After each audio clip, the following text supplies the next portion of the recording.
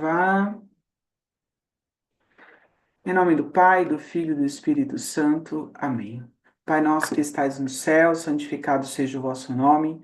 Venha a nós o vosso reino, seja feita a vossa vontade, assim na terra como no céu.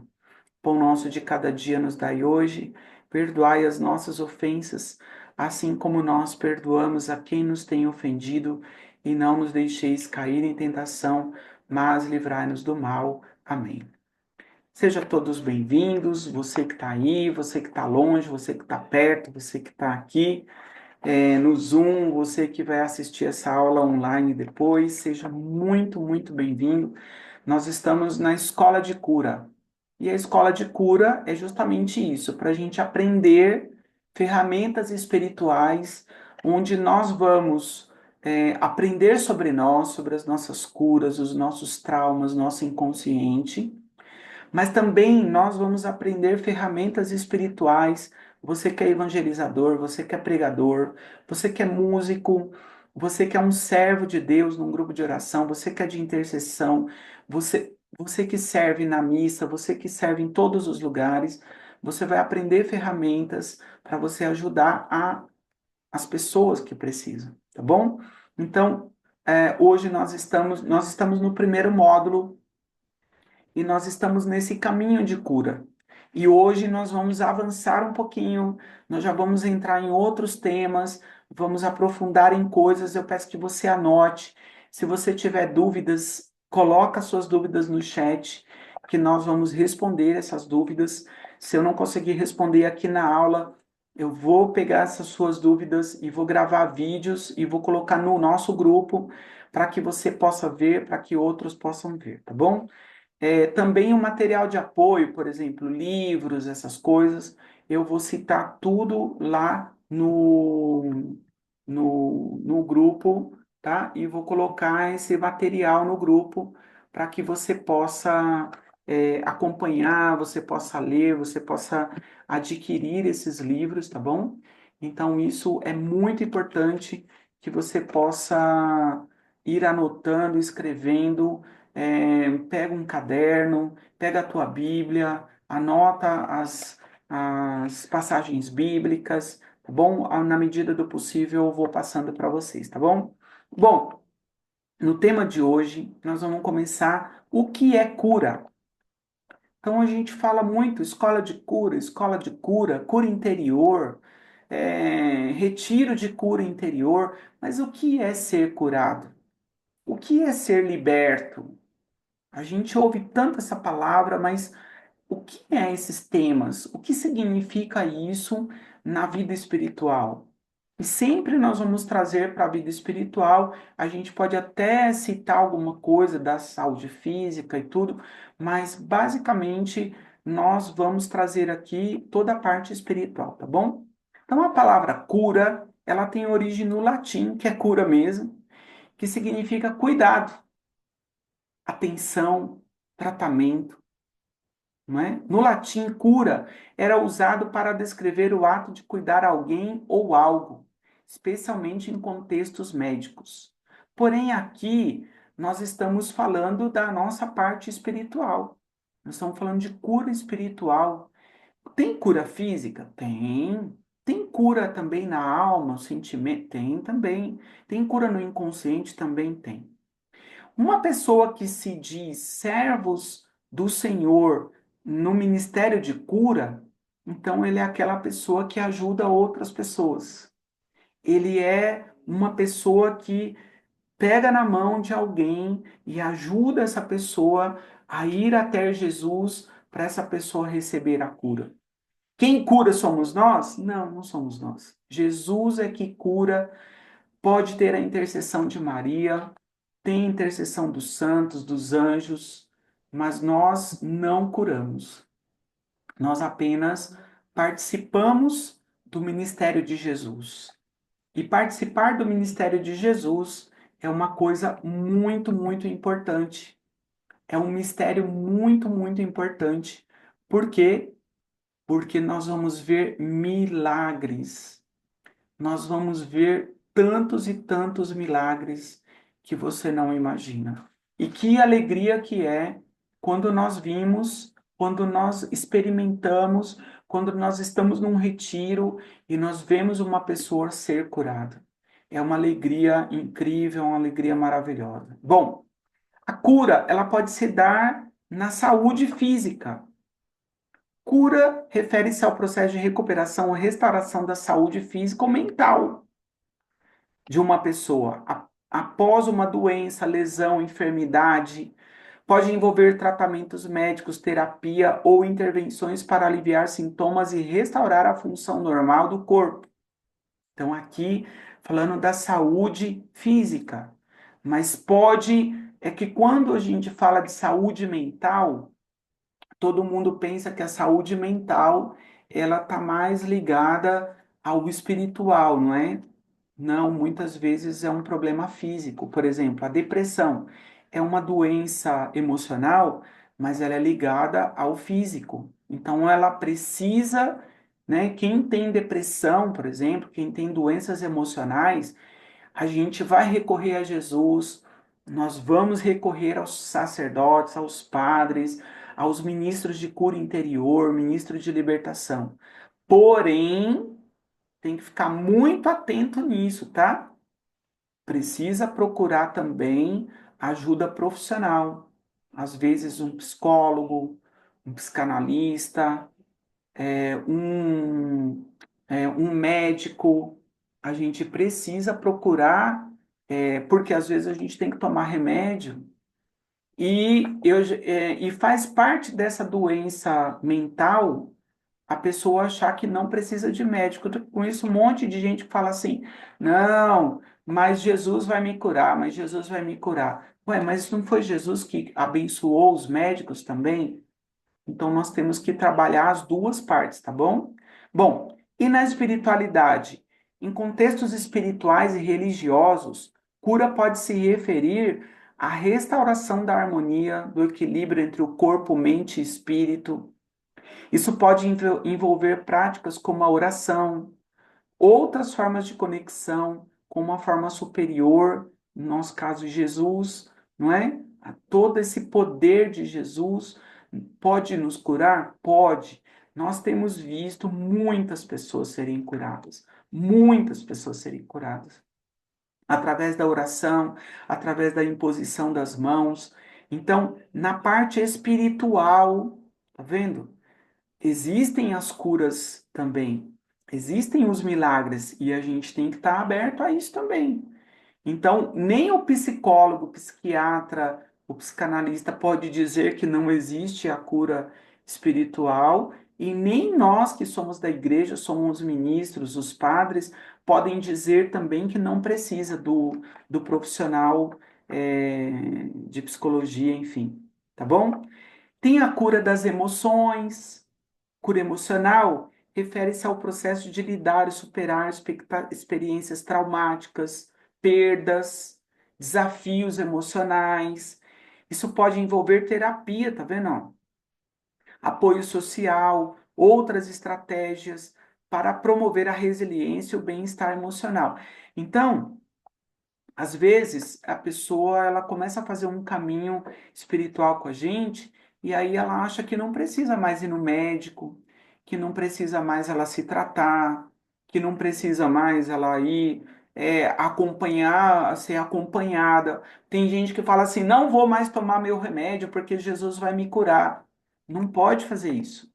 Tem que continuar com o profissional e, ao mesmo tempo, participar dos momentos de oração, tá bom? Porque às vezes Jesus vai usar os dois caminhos para te curar. Então, não tem que ser você que decide. Quem decide é quem te acompanha, as pessoas que te amam, os teus pais e tudo mais.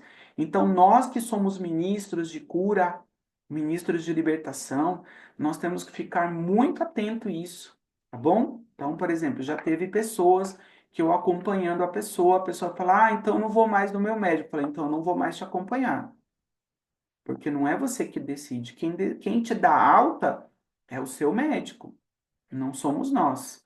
Nós vamos fazer a nossa parte espiritual, tá bom? Tem que tomar esse cuidado, tá? Porque às vezes tentando ajudar a pessoa, ela pode piorar o problema emocional dela e a gente nem sabe, tá bom? Bom, cura dos relacionamentos. É possível Jesus curar um relacionamento entre pai e filha, entre filho e avô, entre os pais e os filhos, entre casal? É possível, né? Que pode envolver diferentes processos. Reconstruir a confiança, a comunicação, a intimidade, após conflitos, traumas, traições, rupturas, enfim. É possível Jesus fazer esse caminho? É possível sim, tá bom? Então, o ministro de cura, ele tem que ser uma pessoa muito, muito, muito responsável. Vou anotar aqui essa palavra responsável, tá bom? Porque não pode entrar uma soberba da gente achar que a pessoa somente passando nas orações, Jesus vai curar. Não, às vezes Jesus tem todo um caminho com a pessoa entre psiquiatra, entre psicólogo, entre psicanalista, entre a vida de oração, entre os sacramentos, entre todo um caminho que a pessoa tem que fazer, tá bom? Então, nós que somos ministros temos que ser muito, muito responsáveis, tá bom? O que é libertação? Nós falamos um pouquinho do que é cura, tá bom? Então a palavra cura, ela está ligada ao cuidado do doente, né? Então nós que somos ministros de cura, nós somos pessoas que cuidam de pessoas. E cuidar de pessoas é bem amplo, tá bom? Então, o que é libertação? No latim liberare era usado para descrever o ato de libertar alguém ou algo de uma restrição, prisão, escravidão. Com o tempo, o conceito de libertação evoluiu para incluir não apenas a liberdade física, mas também a liberdade emocional, psicológica e espiritual. Então, aqui é verdade que existem prisões espirituais, é verdade que existem os votos secretos, é verdade que existem maldições, é verdade que existem os malefícios, é verdade que existem possessões, é verdade que existe isso, e a libertação espiritual, ela é muito importante nesse processo, tá bom? Até os exorcistas falam muito disso, tá? Então a gente pode libertar uma pessoa, a gente não, é Jesus que liberta, tá bom? Nós somos canais para que Jesus liberte. Libertar do demônio, de espíritos malignos. A Igreja Católica acredita nos espíritos malignos que podem influenciar, ó, influenciar ou possuir pessoas. A libertação espiritual nesse contexto envolve a intervenção de Deus para libertar a pessoa dessas influências negativas. É verdade que existe isso? Nós temos pessoas aqui na live que a gente fazendo oração pelas pessoas. Nós temos um irmão, né? O Euler, que é o esposo da Ana Paula, que tem dons maravilhosos de ciência e tudo mais. E a gente conversando com ele, rezando pelas pessoas, ele fala: olha, lá na casa dessa pessoa tem alguma coisa assim, assim, assim. E pode ir lá procurar que tem mesmo. E quando a pessoa tira isso, acontece a libertação e tal. Isso é um malefício, né? Alguém que fez alguma macumba, algum trabalho, alguma coisa. É real isso? Pode acontecer? Pode sim, tá bom? Libertação do pecado. Às vezes a pessoa está passando tudo que ela está passando por causa de pecado. A libertação espiritual pode se referir ao processo de libertar-se do pecado que a pessoa está, tá bom? E de suas consequências. Isso pode envolver a confissão, penitência, os sacramentos. A gente vai falar dos sacramentos aqui, a reconciliação com Deus, tá? Então, libertação está ligada a tudo isso. Libertação emocional e psicológica. Então, que a gente tem um grupo, que é o grupo Veredas, que a gente faz oração pelas pessoas, em que a gente trabalha na libertação, na cura emocional, na cura psicológica, e nós temos visto milagres e milagres e milagres, tá bom? Muitos, muitos mesmo. Então, além disso, a libertação espiritual pode envolver a libertação de traumas, de medos e outras emoções, negativas que pode estar bloqueando o crescimento espiritual. São armadilhas espirituais, não são demônios, muitas vezes são traumas, votos secretos. Nós vamos falar aqui disso. Nós vamos falar de votos secretos, vamos falar de tudo isso aqui, tá bom? Que aprisiona a pessoa num estado de vida emocional, espiritual, que a pessoa não consegue caminhar. E aí é preciso fazer a quebra dessas maldições para que a pessoa possa ter uma vida liberta, tá bom? E tem a oração de libertação. A oração de libertação é considerada uma ferramenta poderosa para libertar-se do mal e das influências negativas. Então, já vou colocar aqui, ó, oração de libertação, ela não é exorcismo, tá? Depois nós vamos ter essa distinção do quando que é um caso de exorcismo, quando que é um caso de oração de libertação, quando que é um caso de oração de cura interior, tá? E você vai perceber que que tem muita diferença. A nossa igreja é maravilhosa, a nossa igreja é mãe, nossa igreja cuida com muito carinho disso, porque ela fica preocupada com você que é um ministro, tá bom? Você que é um ministro, é muito caro. Eu que sou um ministro, sou muito caro para a igreja. E a igreja que é mãe, e a mãe ela tem todo esse cuidado com o filho, ela pensa em tudo isso. E nós temos que ficar muito atentos nisso, muito atentos, tá bom? A gente vai abordando isso aqui. Quem pode ser um ministro de cura? Essa aqui é uma pergunta muito forte, né? Quem que pode ser um ministro de cura? Quem que pode ser um ministro de libertação? Tem que vir uma autorização do padre, tem que ter uma autorização da igreja, tem que ter uma autorização do, do, de alguém. Como é que é isso? Como que é um ministro? Quem pode ser? Bom, então a resposta é: qualquer pessoa pode ser um ministro de cura e libertação, desde que esteja chamado por Deus e esteja disposta a servir com humildade e amor. No entanto, é importante que essa pessoa tenha requisitos.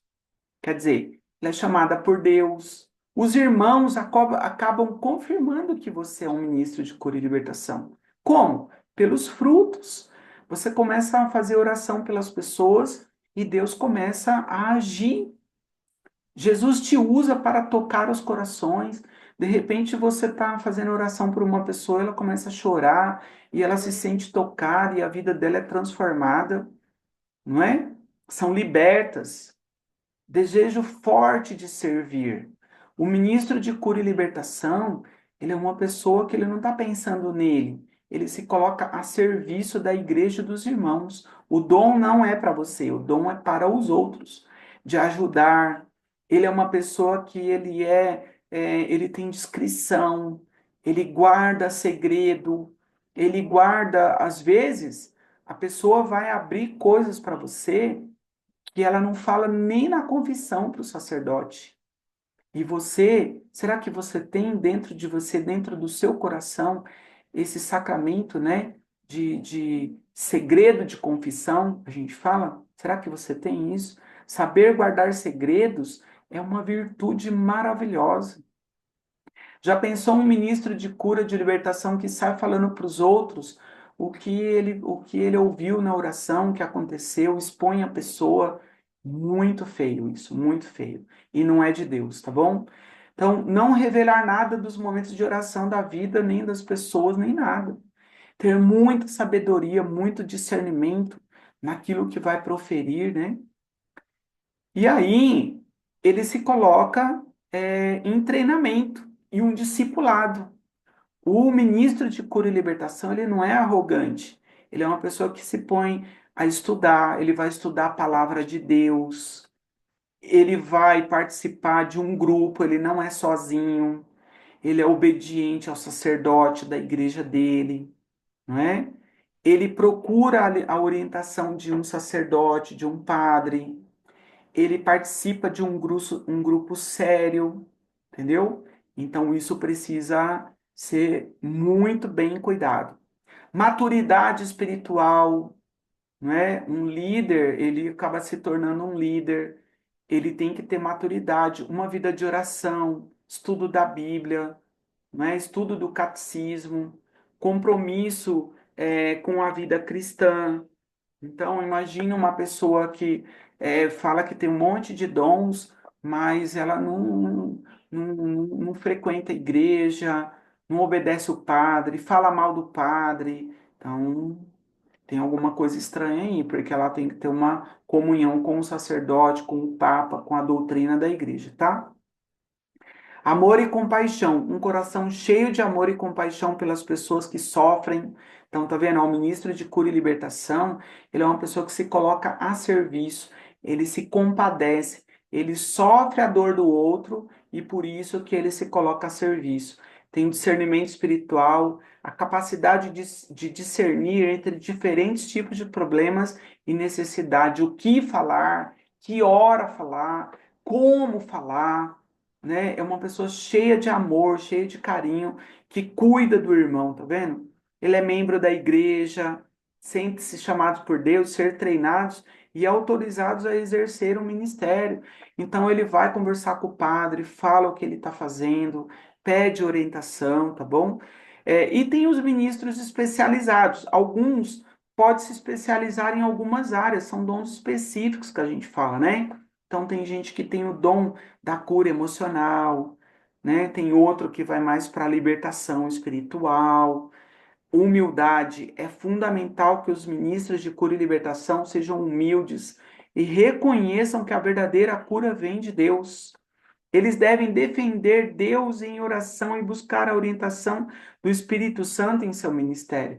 Então, o ministro de cura e libertação, ele reza o terço, pelo menos o terço, ele está com a confissão em dia, ele, olha, vida de oração, tá bom?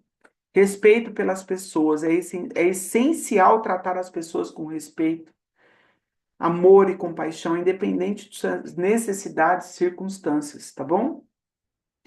Por que ser um ministro de cura e libertação? A gente já falou um pouquinho disso aqui a semana passada, então a gente está recapitulando aqui, né?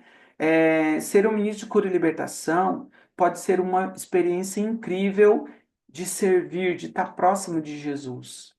Servir a Deus, ajudar as pessoas, crescimento espiritual, comunhão com Deus, impacto positivo, benefícios, satisfação pessoal. Quando uma pessoa chega, irmão, e fala para você assim, que aquela oração que você fez por mim me ajudou, transformou a minha vida, você sabe que não é você, é Jesus que fez. Mas isso te dá uma satisfação espiritual tão grande de você saber que através de você, Jesus ajudou outra pessoa. É maravilhoso, tá bom? Desenvolvimento de habilidades, né? Então você vai ser um orador melhor, você vai saber se comunicar melhor, vai ter empatia, vai ser um líder, tá bom? Comunidade pode ser uma forma de você se conectar com outros ministros. Olha só aqui, nós temos pessoas aqui da Bahia, de Pernambuco, Ilhabela, Paraná, temos pessoas aqui de todos os lugares. Então quer dizer o quê? Nós estamos nos comunicando, estamos nos conectando com pessoas de outros estados que nós nunca vimos na vida. Mas o tema, né, essa formação atrai novas pessoas para o teu círculo de amizade, para o teu círculo de igreja, de irmandade da igreja. Agora aqui entra o tema Jesus, ele envia os seus discípulos. Jesus, ele trouxe os 11, os 12, né? Porque depois a gente sabe que teve um ali que deu fora, né? Inclusive hoje é dia de Matias, né? Que foi eleito no lugar é, do Judas, o traidor, né? Hoje é dia de São Matias, que é o sobrenome da Sueli, e também ela deve estar super feliz, né? Jesus, ele envia seus discípulos.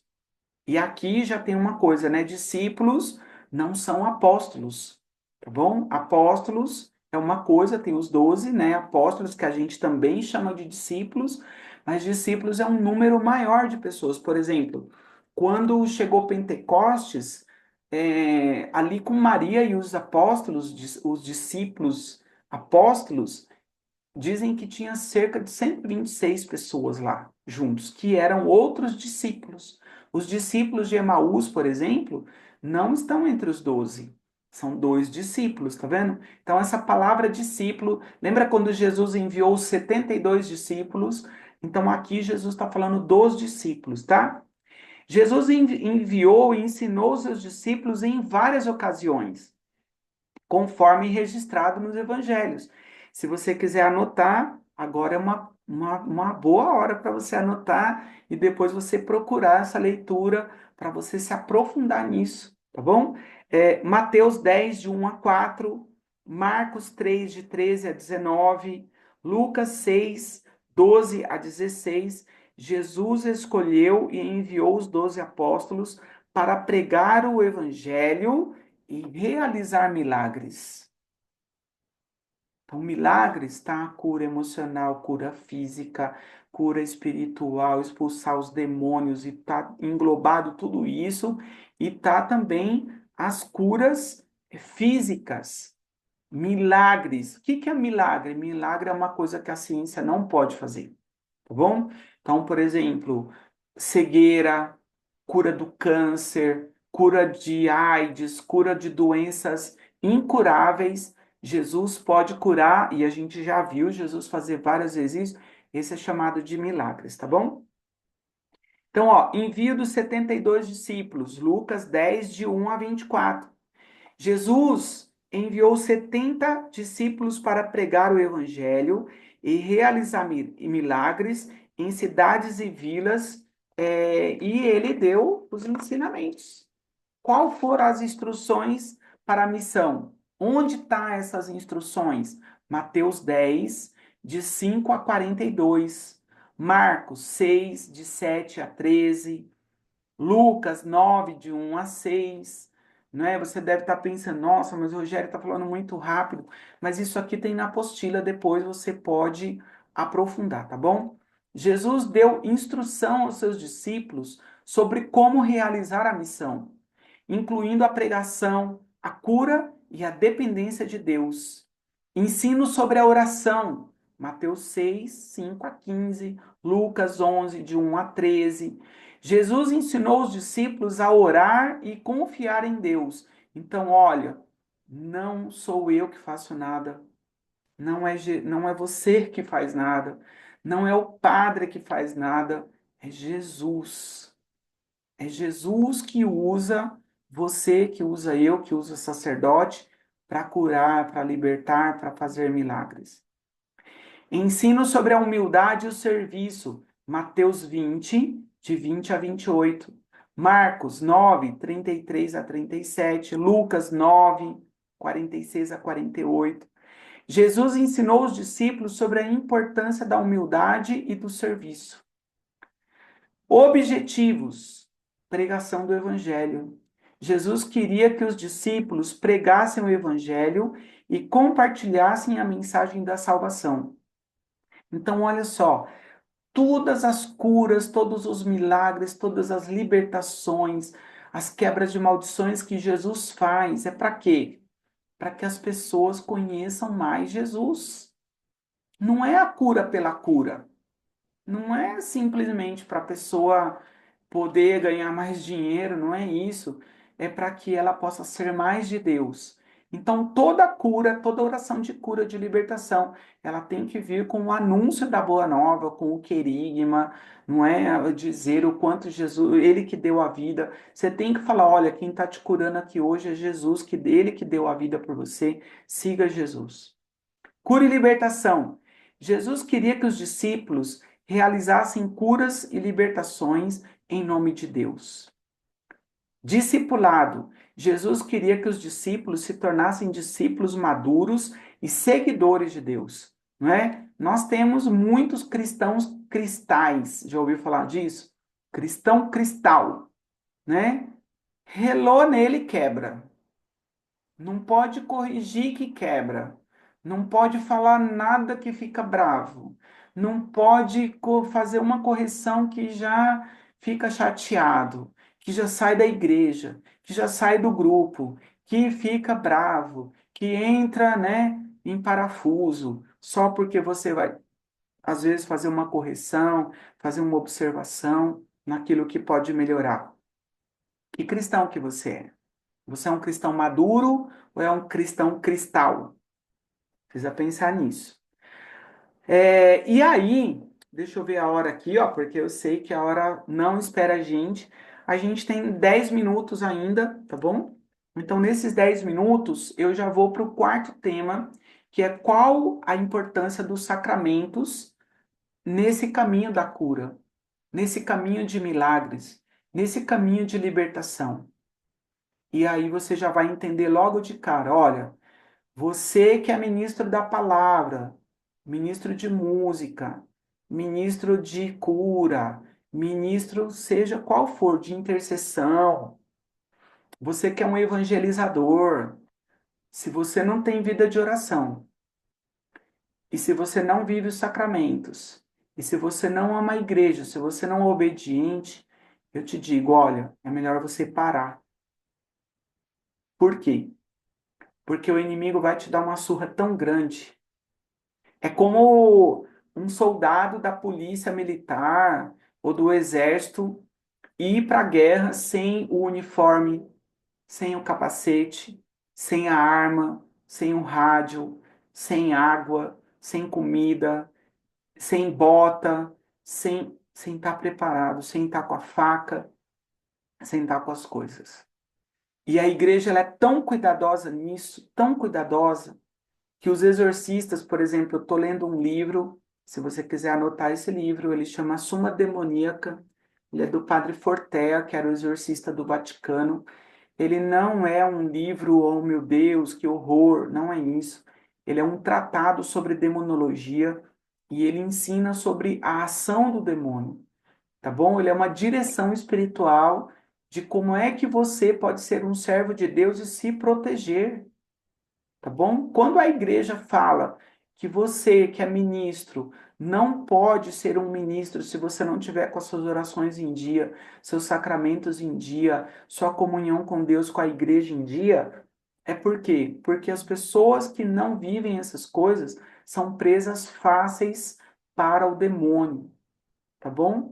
Você vai lá rezar pela pessoa, tá bom? E a pessoa vai ser curada, ela vai ser liberta, ela vai receber todos os benefícios da sua intercessão.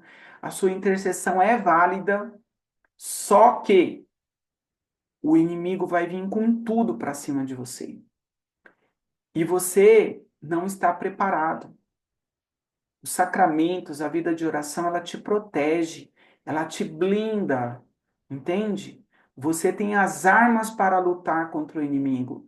Então, eu não estou dizendo que não é para você ser ministro. Pelo contrário, eu quero que você seja um ministro, mas um ministro preparado. Então você precisa fazer aí uma avaliação.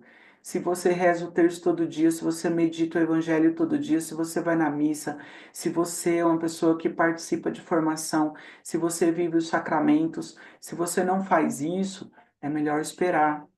Se você é chamado para rezar por uma pessoa e você não está com os seus sacramentos em dia, espera, fica só na intercessão. Você pode interceder, mas não impõe as mãos, não faça isso, tá bom? Então, qual a importância dos sacramentos, tá? Os sacramentos são fundamentais na vida cristã e sua importância pode ser entendida de várias maneiras. Os sacramentos é meio de graça. Os sacramentos são considerados meio pelos quais Deus concede graças e bênçãos aos fiéis. Olha que maravilhoso isso. Tem gente que pensa que viver os sacramentos é obrigação e não é. É um meio que Deus encontrou para te dar mais graças ainda. É símbolo da presença de Deus. Os sacramentos são símbolos da presença de Deus na vida dos cristãos e da comunidade. Uma pessoa que vive os sacramentos, ela nunca vai cair. Ela não cai no pecado mortal, ela não cai, ela não sai da igreja, ela entende o que Deus está falando. Sacramentos é instrumento de salvação. Os sacramentos são vistos como instrumento de salvação, ajudando os cristãos a se aproximar de Deus e alcançar a salvação. Então, os sacramentos que Deus nos deu de presente através da igreja é para que a gente seja salvo. Não é para te perseguir, não é para pesar você, não é para te chatear, é para que você seja salvo. Olha que coisa mais linda. Os sacramentos permitem que você tenha uma maior comunhão com Deus. Experimente a sua presença na sua vida. Quem vive os sacramentos vai experimentar mais Deus na sua vida. Os sacramentos é identidade cristã. Os sacramentos ajudam a definir a identidade cristã e a distinguir os cristãos de outras religiões ou crenças. Então, para você dizer que você é católico, católico, católico de verdade, precisa estar em dia com os sacramentos, porque isso gera uma identidade em você. A pessoa, ela vem conversar com você e ela vê que você é firme naquilo que você está fazendo, porque você sabe o que está fazendo, tá bom? Então, o batismo, os sacramentos, né? Tem o batismo, é o sacramento importante para a gente ser filho de Deus, é a entrada na comunidade cristã. Então, se você não tem sacramento do batismo, procure o sacerdote, tá bom? É um primeiro passo para a sua cura e também para você entrar nesse ministério. A Eucaristia é o sacramento da comunhão, a presença de Jesus Cristo vivo na vida dos cristãos e a comunhão com Ele. Então, olha, Jesus nos deu a oportunidade da gente experimentar, viver Jesus em nós, de sermos sacrários em nós. Então, você, tendo o sacramento da Eucaristia, você vai ter isso na sua vida.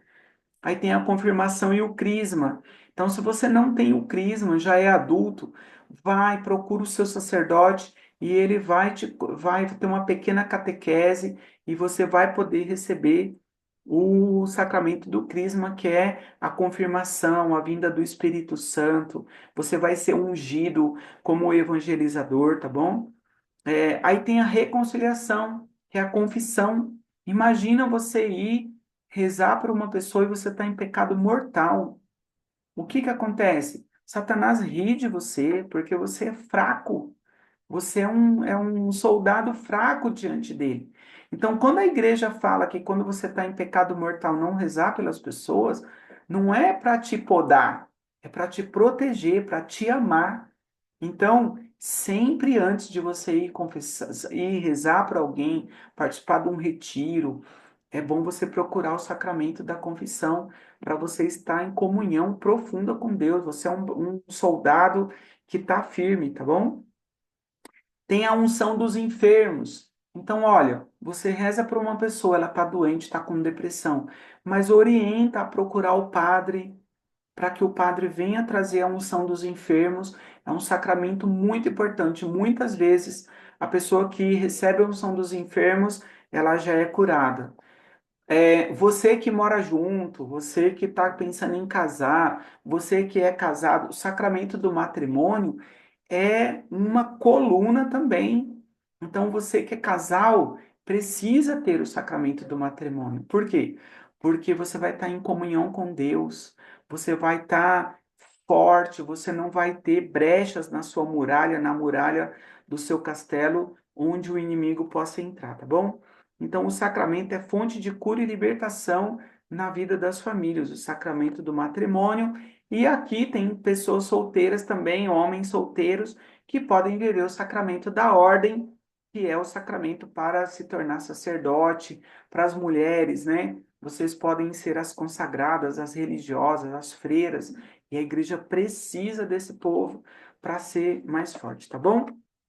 Então, a importância na vida cristã, né? Nós temos a vida intelectual, são os sacramentos, são fundamentais para a vida espiritual dos cristãos, ajudando a nutrir a fé e a relação com Deus. Na comunidade, os sacramentos são celebrados em comunidade, fortalecendo a ligação entre os cristãos e a comunidade. Tradição, os sacramentos são uma parte importante da tradição cristã, conectando os cristãos com a história e a herança da igreja.